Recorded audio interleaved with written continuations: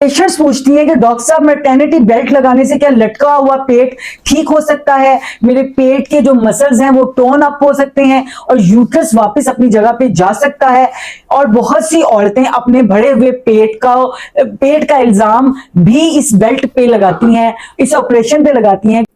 Patients ये समझती हैं कि मैटरनिटी बेल्ट जो है वो कोई जादू कर देती है। तो ये जो बेल्ट है ना तो आपके पेट को टोन अप करती है, ना आपके पेट का मसल कम करती है, ना ही आपके पेट को छोटा करती है। ये तमाम चीजें आपका अगर डिलीवरी नॉर्मल हुई है या आपका डिलीवरी ऑपरेट से हुई है, आपको कुछ स्टिचेस लगे हैं, तो ये बेल्ट का फायदा ये होता है कि पेशेंट को अगर आप स्टिचेस लगे हैं और आपने बेल्ट बांध ली है तो पेशेंट्स को उठने बैठने में मूव करने में आसानी होती है और स्टिचेस जो हैं वो जल्दी हील हो जाते हैं। और बाज दफा क्या होता है कि आपके पेट की स्किन आपके पेट की लाइन के ऊपर गिर जाती है, जिसकी वजह से वो पेट लटका हुआ